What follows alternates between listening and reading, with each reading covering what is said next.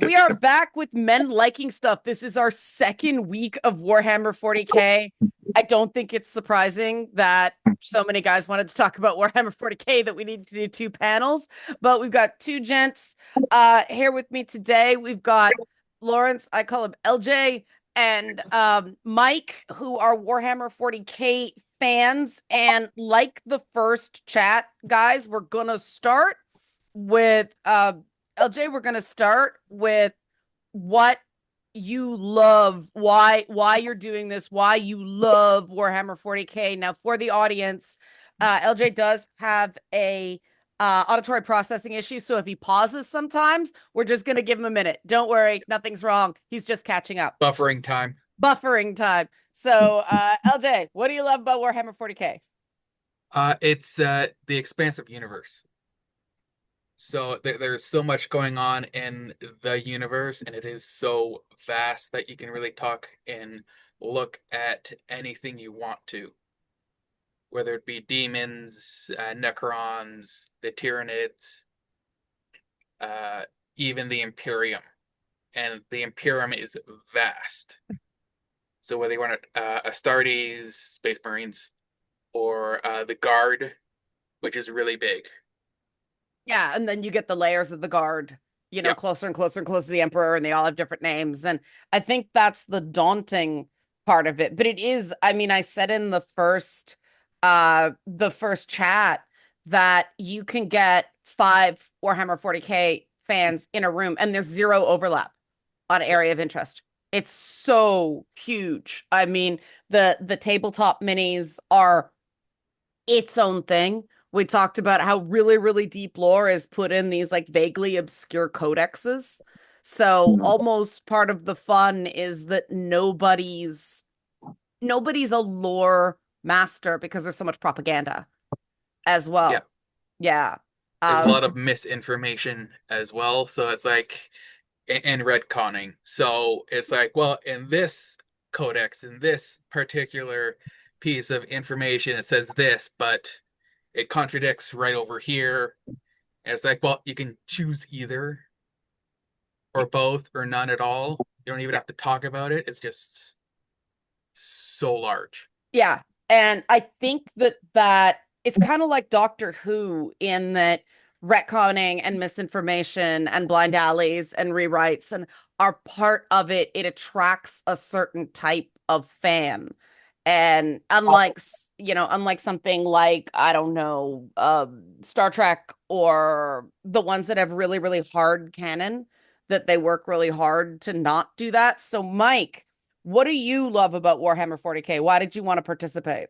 I just kind of love 40K because one, it's just so over the top, but there's kind of a sincereness in that over the top, as in like a lot of like the victories the heroes get is just by choosing to fight, and it's just like, yep, I'm going up against something that in other properties would be the end game boss or to drive everybody mad, but it's like, nope, I'm gonna drive me closer so I can stab it with the sword. It's kind of the default of 40K mindset. I just kind of just love that. So it's like, oh, big eldritch monstrosity. I'm gonna go stab it. It's just I just find that like just kind of a very appealing, because it's like, why not? Yeah, That's kind of, I love it. And but you also, I'll okay, go sorry. ahead. Go ahead. I was gonna say also, I love the giant, like the naval aspect. Just the giant, like, hey, we're just gonna like, because all the faction ships are just so distinctive, especially the Imperium is like, we're a totalitarian theocracy. Our ships are gonna look like giant churches in space. And I Ooh. just found that like, yeah, that's pretty cool. Yeah, somebody in the writing staff or the core games workshop. I mean, they pulled from a bunch of different things. We talked about that in the first chat, but there's a lot of history sort of repurposed. So it's not the Roman Empire, it's not the Byzantine Empire, it's not, 20th century Cold War military expansionism either, but there's definitely that. I hate to say realism because it's not, like you said, it's all deliberately over the top. It's not, let's go shoot it with a gun. It's like, no, let's stab it with a sword. But this enemy is so tough. It can't just be a regular sword. It has to be a chainsaw sword or a weapon forged of pure rage or something like that, right? Nothing Yeah. can just be simple. But Mhm. what, I like there's Titans over there. Okay, guard, fix bayonets in charge. It's like right, that's really not gonna do anything, but Yeah. okay, that's what right. they have. Well, Yeah. did you guys see the short? I forget, it was like a combination of like shorts based on video games, but the Warhammer one was just it was this tiny perfect slice of Warhammer 40K. Did you see that short? Is that the Amazon? Yeah. Yeah, yeah, I saw that. I watched it one or two times. It Yeah. was really well done. Yeah, the emotional beats in it are perfect with that sort of we're tough army guys. I mean, you don't have to know who they are, although the Yep. details of who they are meticulous. But it's like we're tough army guys, and we're going against a battle we cannot win. And then there's this moment where they think they're gonna die, and then there's hope, and instead of and they fight on, and it's Oh yeah, oh yeah, Mike. I was gonna say, oh, you're talking about this secret level Yes, yes, sword. Yeah, oh yeah, that's right. yeah. I've seen that. I was just racking my brains, like, because like a lot of my feed is like Warhammer, like Warhammer, like Warhammer fans is making all these amazing shorts. I'm like, okay, which short of like someone charging an Eldritch abomination are you talking about? It took me a minute there. I like that you, like me, love the eldritch horror Yeah. elements of it.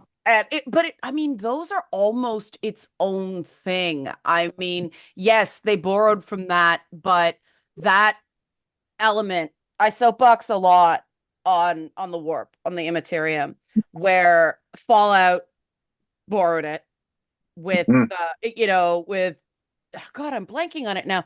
But oh no, sorry, not Fallout. Fallout borrowed the power armor.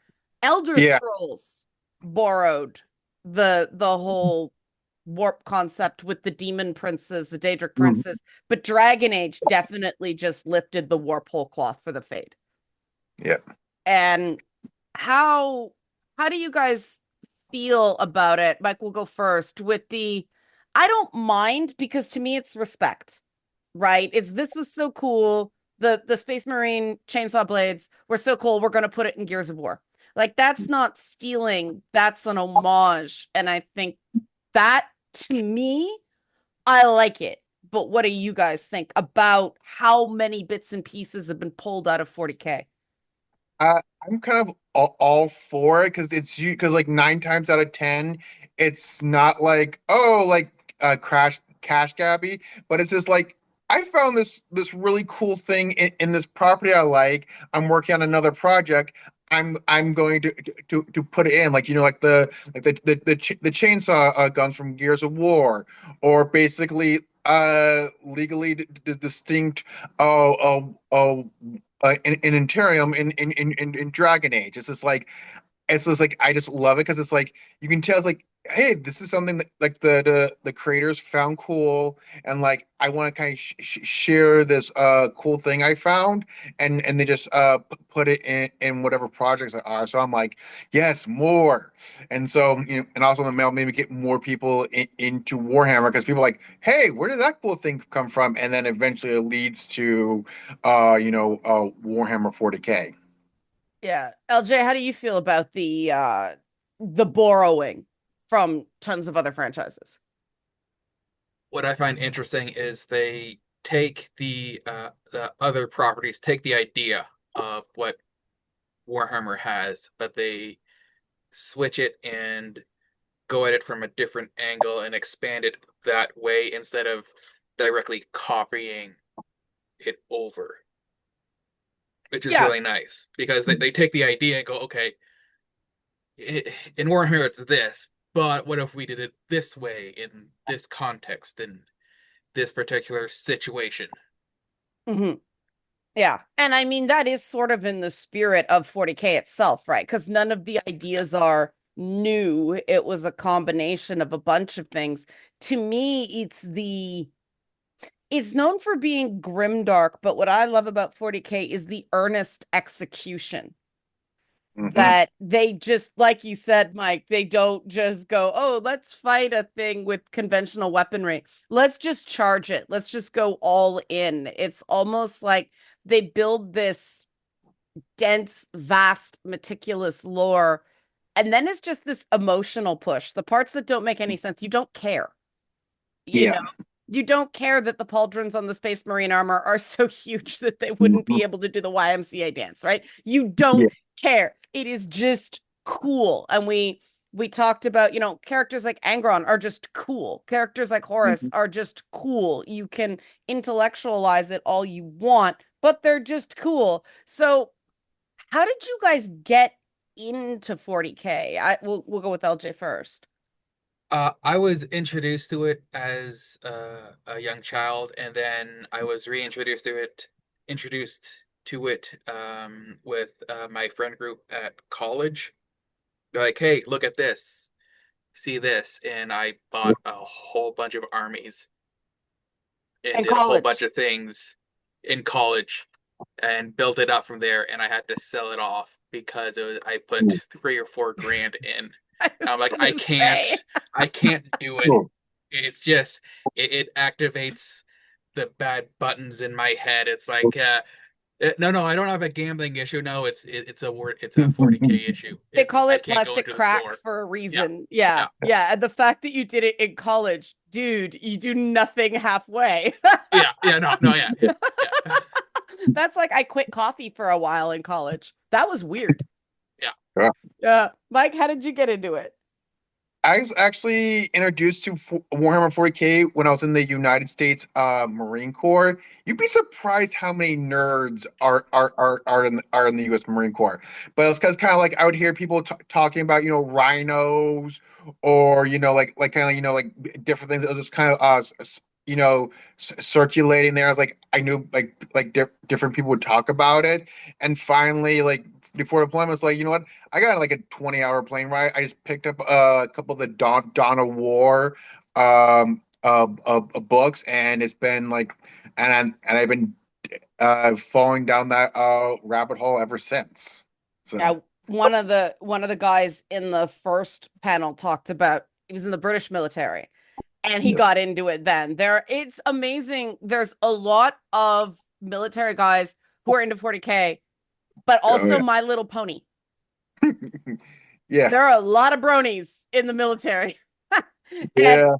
I do think it is that sort of camaraderie overlap. Yes, I just made a connection between Warhammer 40K and Friendship is Magic, but that's why I'm cool. And one of the things that fascinates me is LJ, like you, I had sort of a introduction to it, glanced off, got back into it later because it was seeing the stores that kind of popped up everywhere and the displays and I'm like models amazing and it was the oh no that's for boys but also that's like for the nerds of nerds Hmm.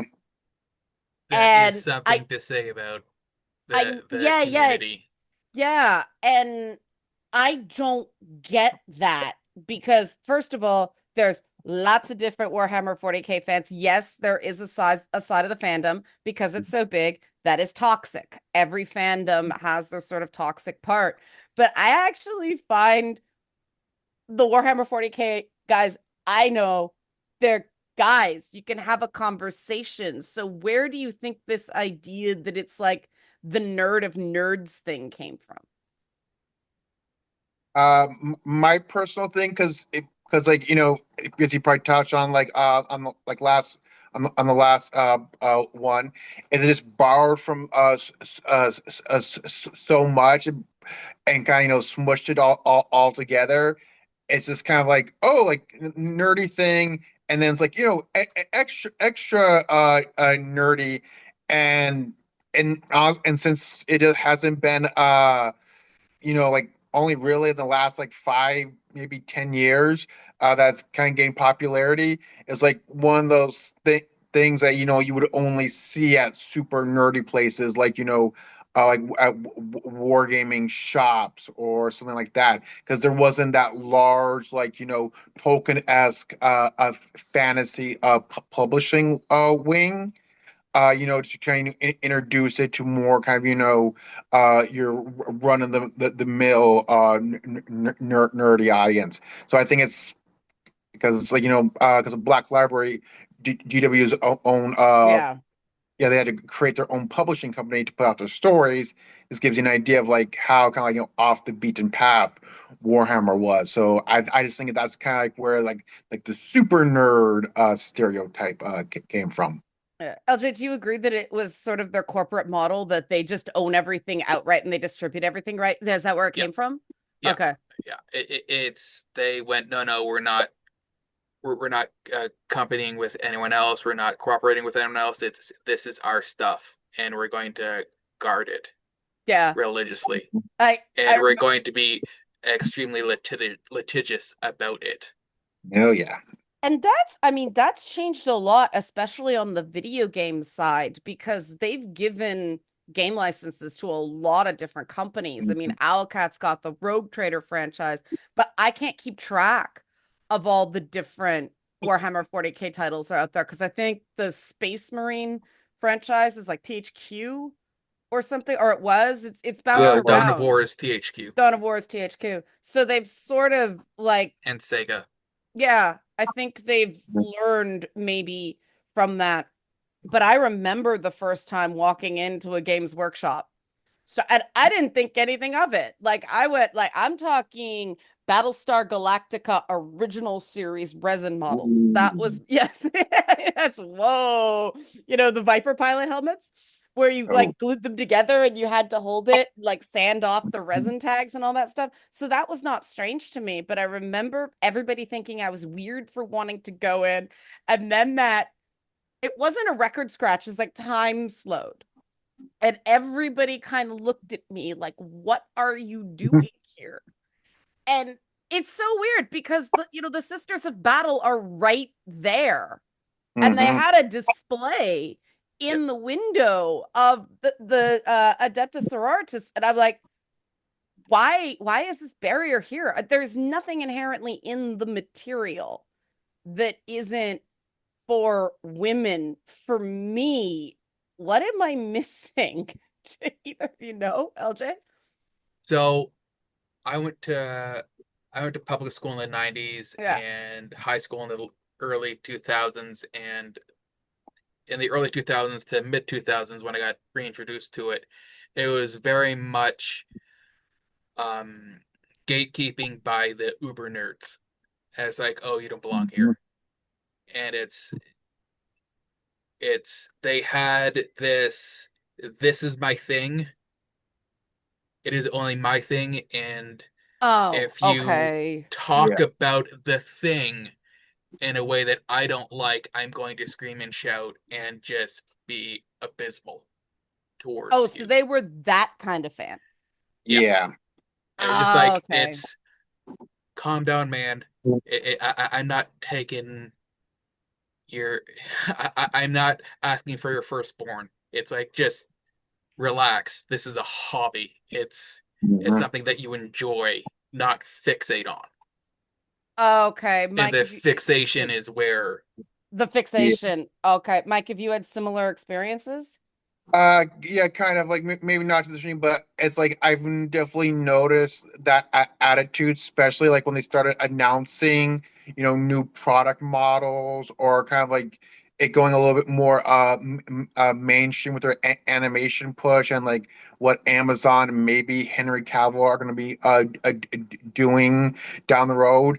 I kind of like noticed that a lot of the comics is like, oh no, we're going to get a bunch of these tourists in, and like you kind of see that hold the line, like they're gonna like Disneyfy um there, for example, like when they did like the war Marvel did a Warhammer comic.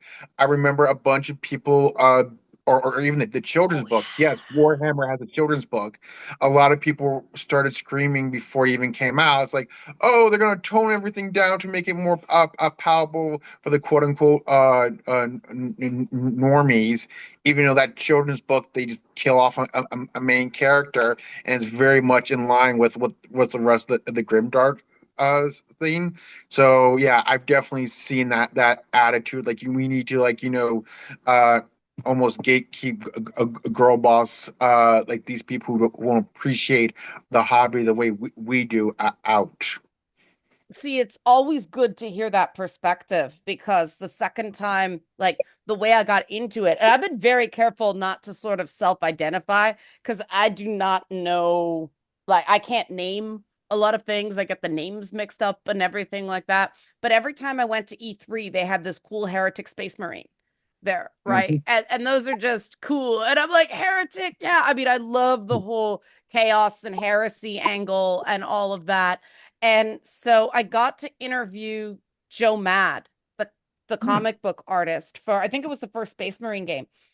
And he just was unapologetic, talked about it like absolutely hallowed ground.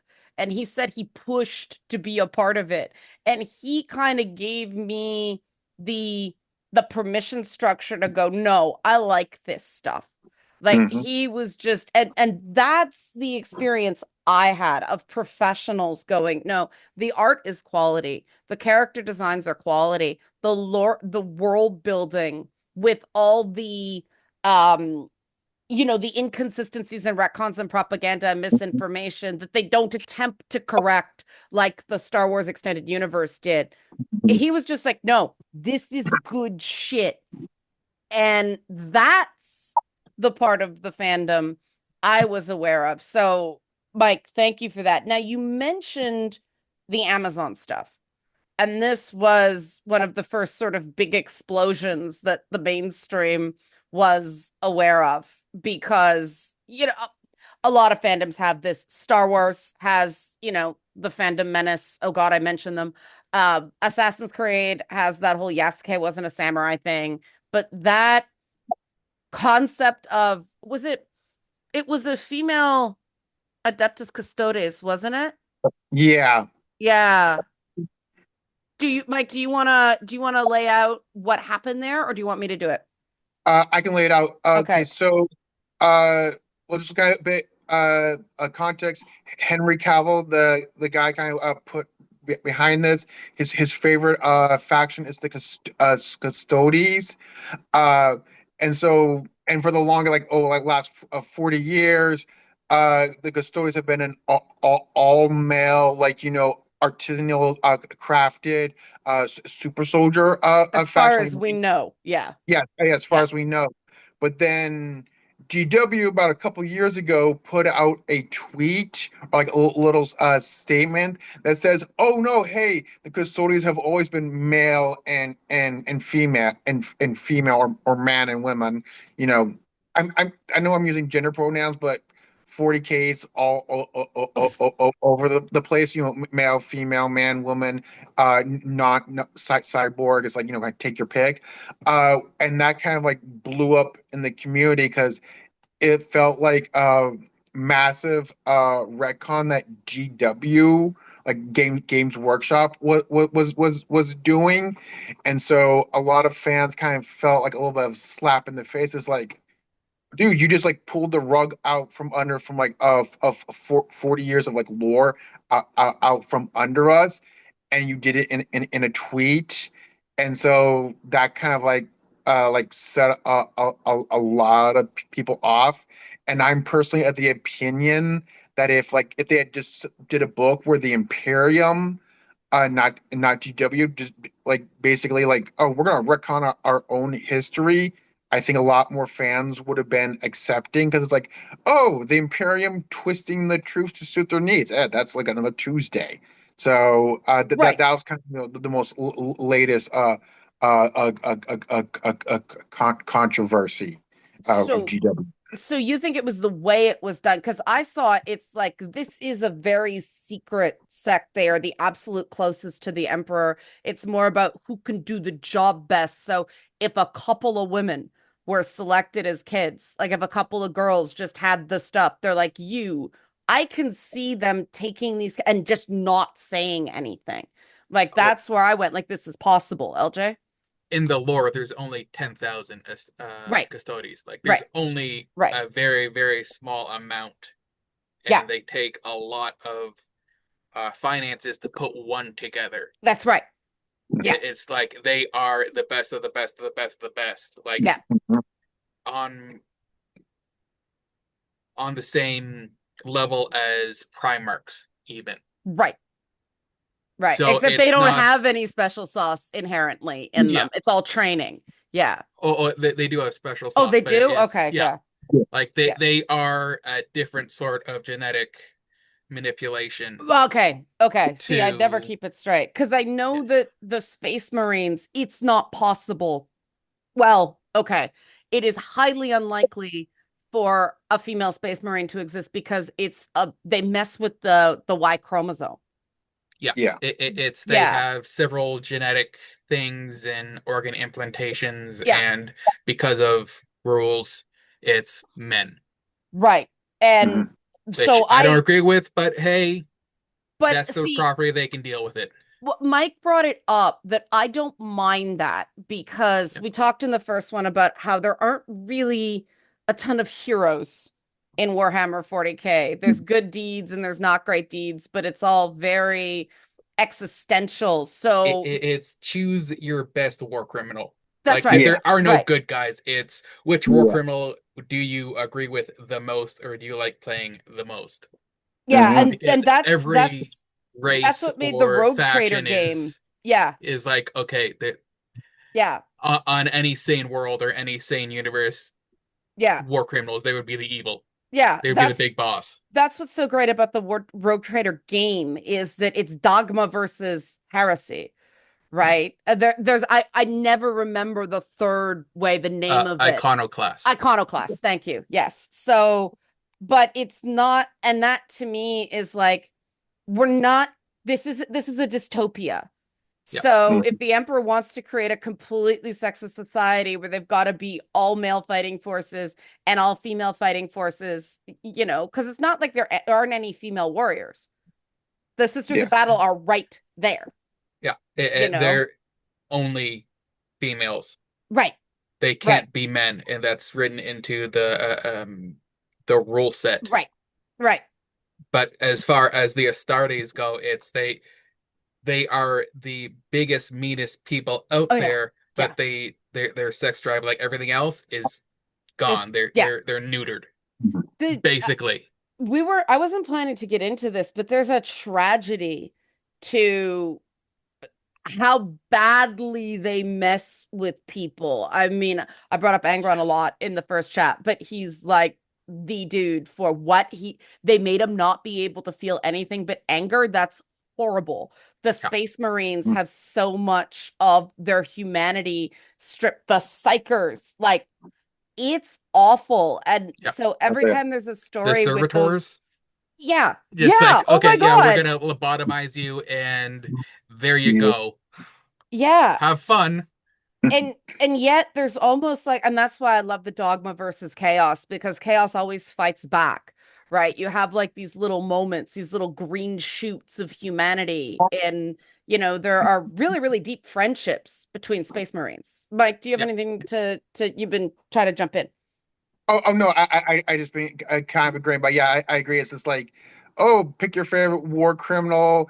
Like it's all fucked. But I just want to bring up the Sisters of Silence real quick, because they're another all of female faction separate than the Sisters of Battle, and they've always traditionally in the lore and gameplay wise, they've always been paired with the custodian. So you always Mhm. have like the male genetically altered super soldiers and basically these women that are anti-psychers, like they can like basically nullify the warp, so they Yeah. combine the two to make some like ultimate demon killing of force. So I just wanted to kind of plug them a little bit because they get absolutely no love. It's like, None. GW, please give us new Sisters of Silence models. But I mean, the the Battle Sisters costumes are Yeah. just so cool Oh, looking. I think that's why 100%. everybody thinks, they're like these Crusader Knights only Mhm. straight out of the 80s with the big, yeah. But it's true. I mean, I don't know why there's this push to neuter everything. It in these highly militarized societies, they do have a ton of gender segregation. Now, they've also had situations where, Joan of Arc dressed as a man. And that was actually why she was convicted of heresy.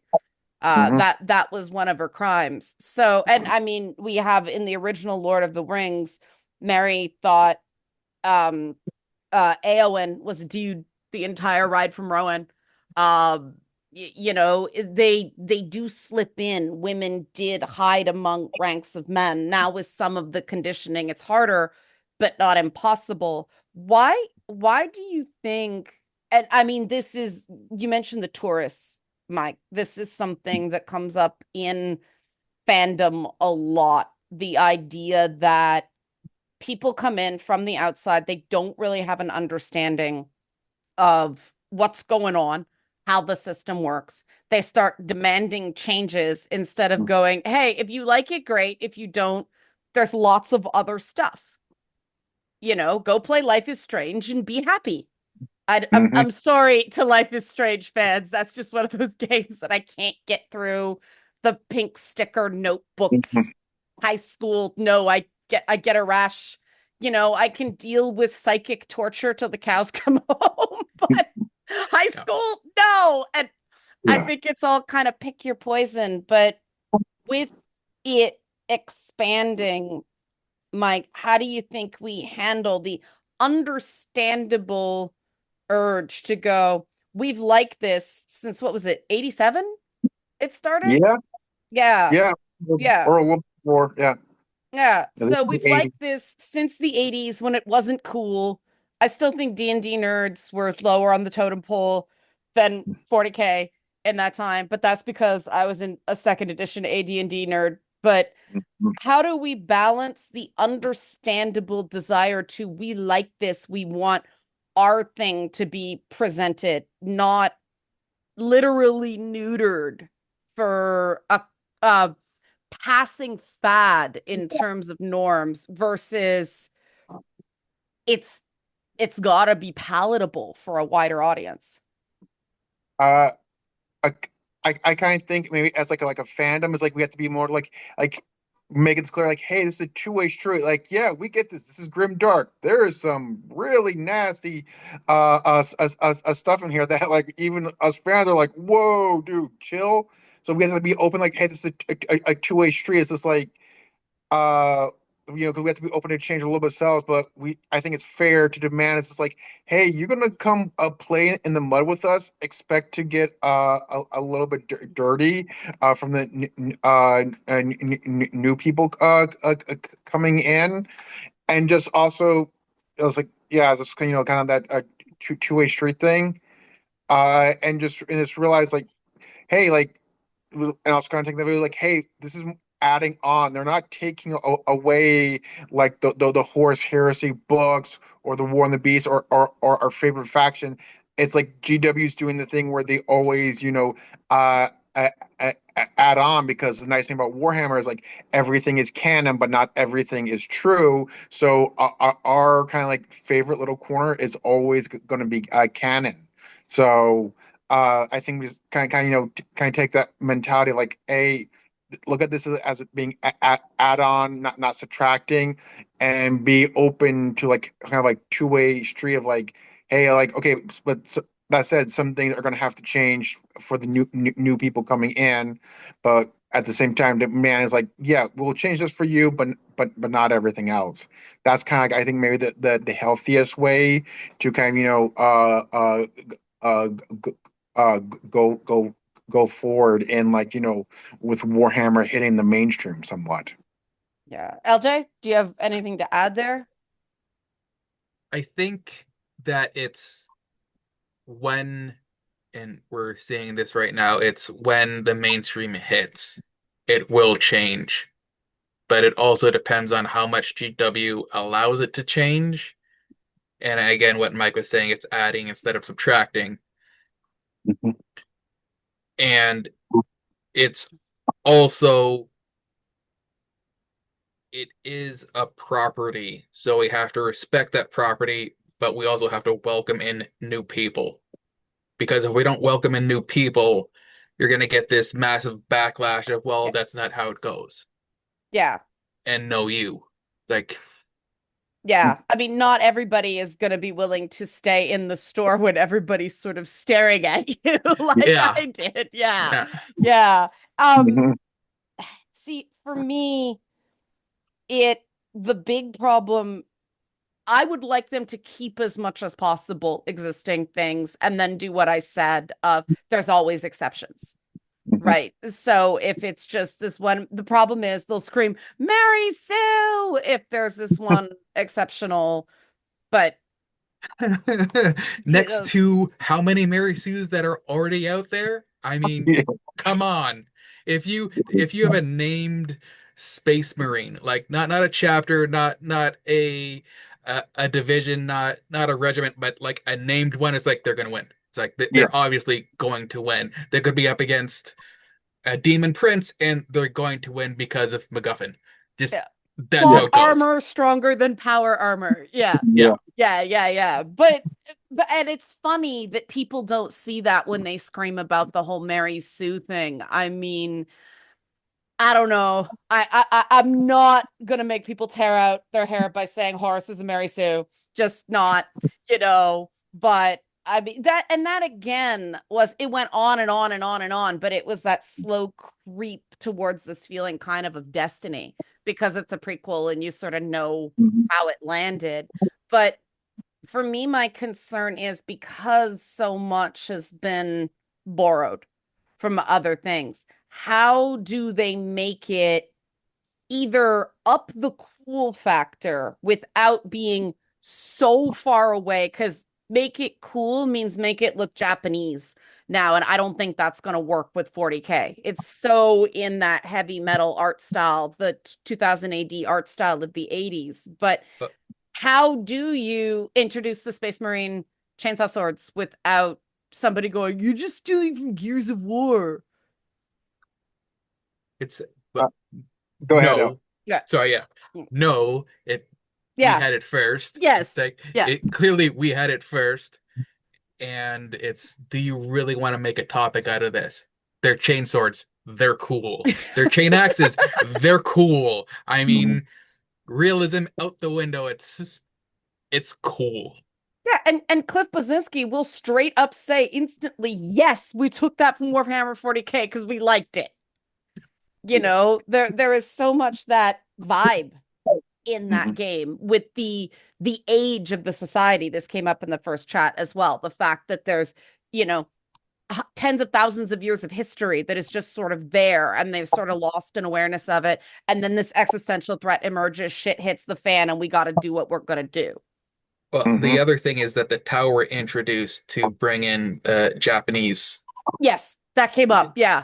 And it's like it's been done before. Yeah. What makes you think it's not going to be done again? It Yeah. probably is. If Well, they're and going to mainstream it, they're probably going to introduce a new faction or a subset of an existing faction. Like, hey, this is now canon. and Like, I well, yeah, don't that makes sense. It's so big. I It's so I don't know how you would do the red thirst now, but like Sanguinius is right there. If you want your Bishi painted by Michelangelo, he's right there. I mean, I'm getting ahead of myself because Mike, do you have anything to add on this? Uh, I, I was gonna say, I think we're kind of safe since before he has such a distinct a style. Because like when Space Marine 2 came out, like I saw plenty of essay videos of like people, brand new to this hobby. I was like, okay, I get it because like the whole and like the shorts like candles on computers. It's like I think yeah, that's a distinct style. It's like, yeah, there will be change, but it's like there's already a good style set. So I don't see, so like there's really no way to like because like so they have all that visual elements. So it's like and I'm pretty sure a lot of the people like, oh, we need to like introduce masses. Like, let's just go the easy route and borrow from this very established lore Bible, so we can just like just vibe it out and spend our time and energy on other things. So I like, yeah, I'm pretty sure we'll see some Japanese. I've already seen several people try to recast Sanguinius of all kind of like that Bishi, yeah, blonde hair, white guy. Basically, like I've already seen some people like, hey, you remember let's stat from Interview with the Vampire? Yeah. He was a space marine. It's like I've already seen those posts, but I'm not too worried because it's just 40K has such a distinct Okay. style. That's kind of Yeah. So getting into that, what do you what will be your pass fails? Um, because there are certain things that I know that if they do, I will be happy with the show, no matter how much they screw up. The new Amazon content with Henry Cavill. To me, if there's an orc fight and one of them gets their head cut off, picks up a buddy's head, sticks it on, keeps fighting, I will be appeased. They will be able to do no wrong. If they do Sanguinius and Angron, I will lose my mind. Like, I do think that's the juxtaposition. Like, if you make them more of that grizzled, smells like Australian Lestat for the modern thing, it's not going to work. It's the foil Yep. between those two guys. The you if you look at Sanguinius, you think it's like a religious painting, right? They have really drawn well with all the Primarchs as and the some of the demons, they've really drawn from religious Renaissance art. And so you think he's one thing, but I mean his followers, it's one of the most it's hard to say what the most horrible thing in Warhammer 40K is, but Yeah. it's Yeah. fucking awful there. There's bad, there's worse, then there's 40K, and it's Yeah. like, oh, spin the wheel of what horrors you want to experience today. Right.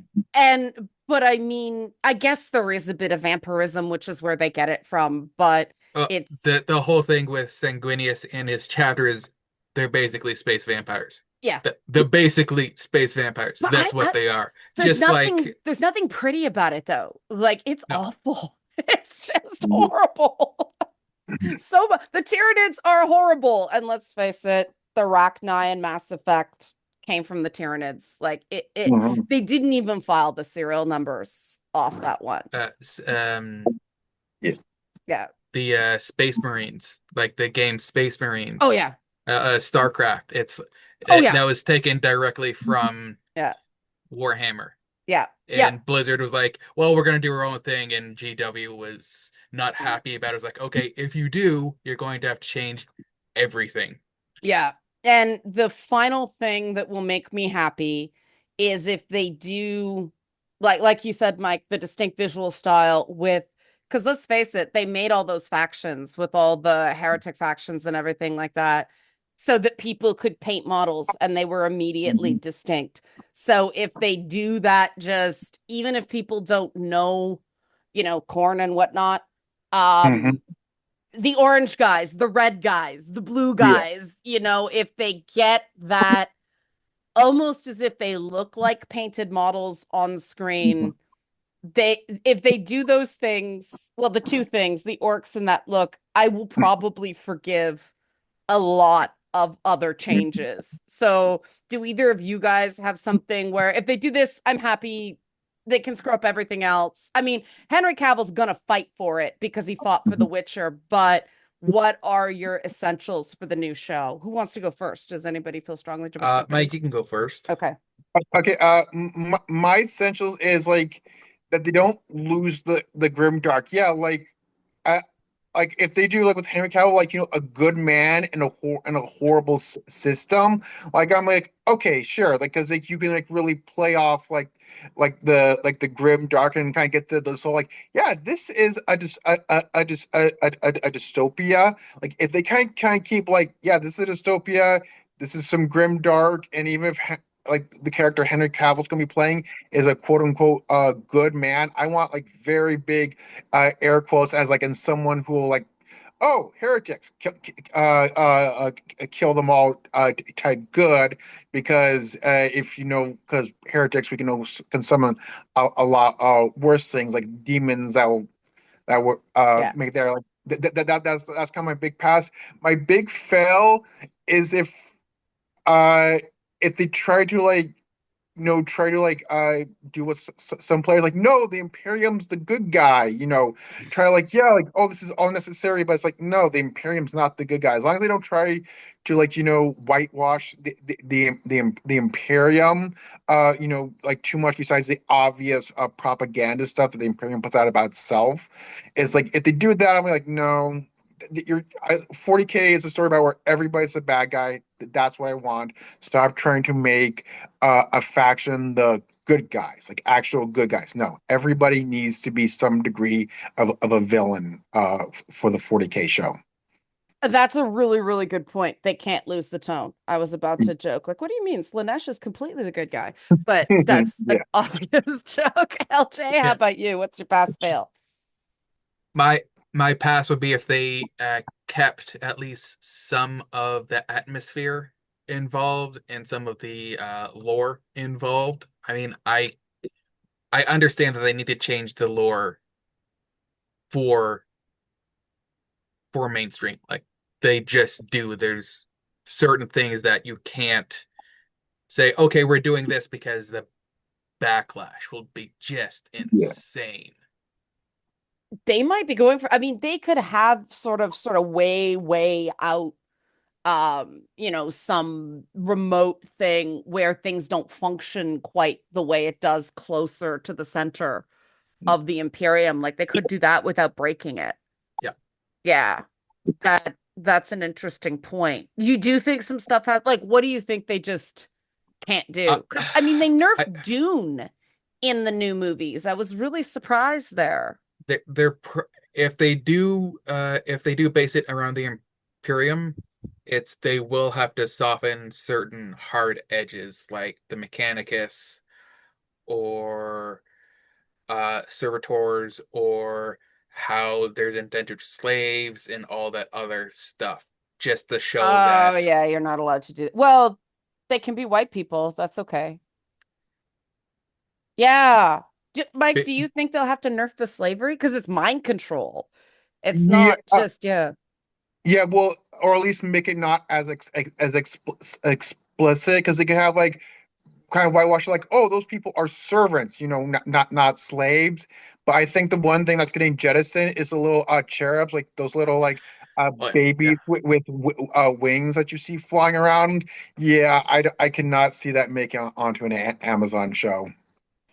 That's interesting. I've been playing too many Kojima games. Everything goes in my brain. Because I'm sitting there going, because they've done some hardcore stuff in streaming. Like it really is a show for streaming because they don't have to worry about those network or, FCC restrictions.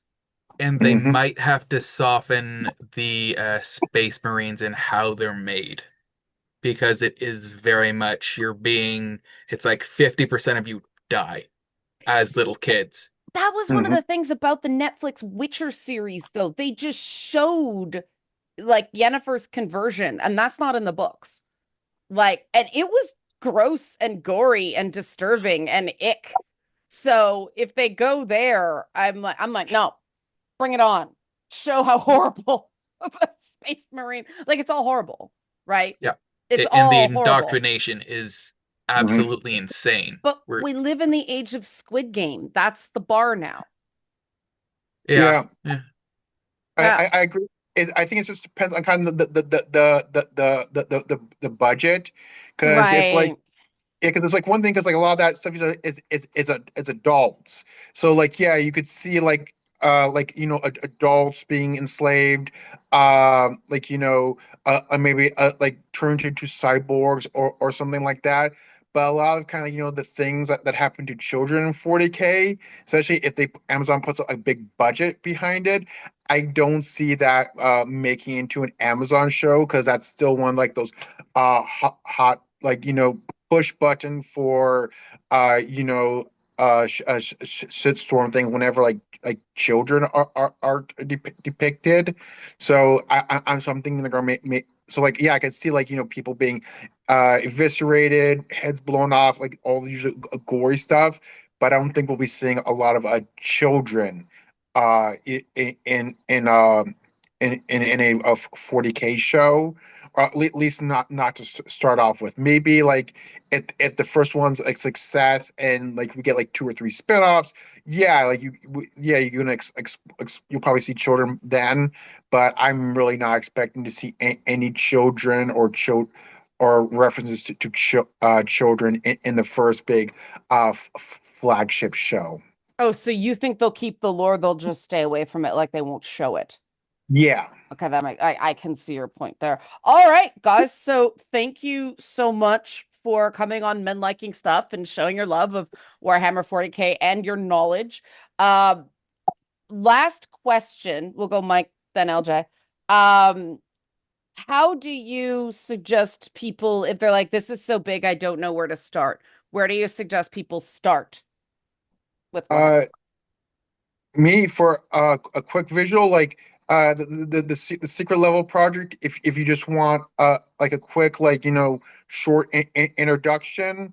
Beyond that, uh scroll pictures of like the minis and the different factions, and whatever one looks cool, just like start googling that and fall down that wiki rabbit hole.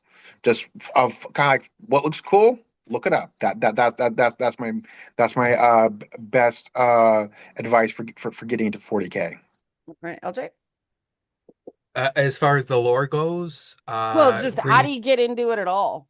How do you get into it at all?